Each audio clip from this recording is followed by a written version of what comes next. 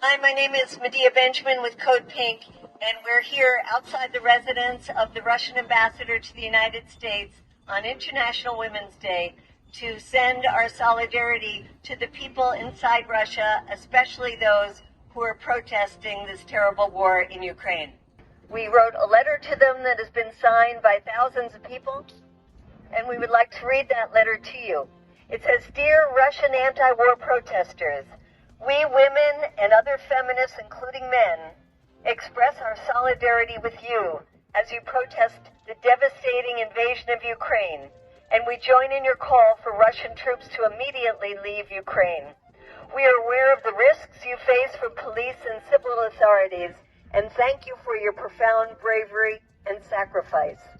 We are also moved by the tremendous courage of the Ukrainian people in the face of disaster, and our hearts ache as we bear witness to Ukrainian families huddling in bomb shelters, parking garages, or facing long lines at the border after being forced to flee their homes. We have experienced standing up to our own government's aggression. During the U.S.-NATO invasion and occupation of Iraq and Afghanistan, we took to the streets by the hundreds of thousands to oppose the horrific destruction of entire cities and the death of hundreds of thousands of innocent people. Now, as Russian missiles mercilessly wipe out your neighbors' homes, medical facilities, and schools in Ukraine, we see you take to the streets of Moscow, St. Petersburg, and other Russian cities in peaceful protest. And we are so deeply inspired and grateful. As we oppose this brutal war being waged in your name, we are also aware of the role of the U.S. and NATO in stoking the geopolitical crisis that led to this war.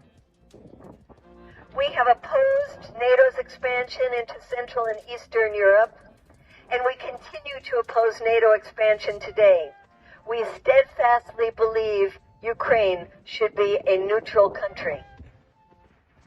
Today, as Putin has put your nuclear arsenal on high alert, we see the terrifying possibility of this conflict spinning out of control.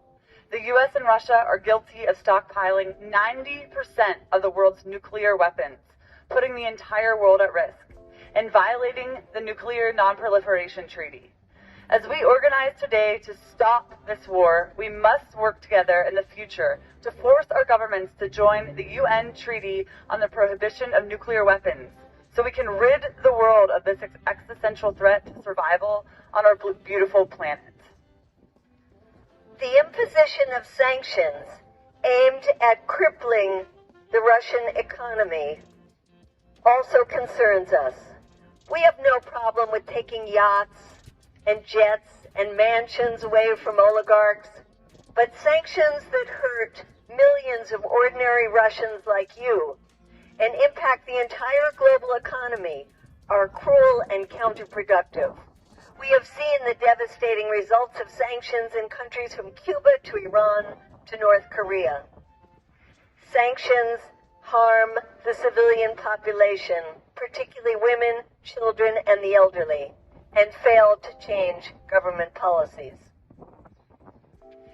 Instead of indiscriminate sanctions and fanning the flames by pouring more weapons into Ukraine, we demand that Russia and Ukraine engage in serious negotiations with all the compromises this would entail. As women and other feminists, we have had enough of senseless wars that destroy lives and communities while lining the coffers of weapons manufacturers. We have seen too many attacks on civilians, from Yemen to Gaza to Ethiopia to Ukraine, and we've watched in horror as precious resources are poured into wars while families are denied basic needs for food, shelter, education, and health care. And climate change threatens all life on our planet. A world of violence, hatred, and destruction is not the world we want for our children.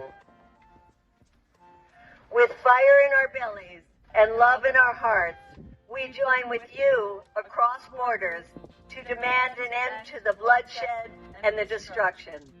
Russian troops out of Ukraine. Cease fire now. No NATO expansion. Peace talks now. Thank you.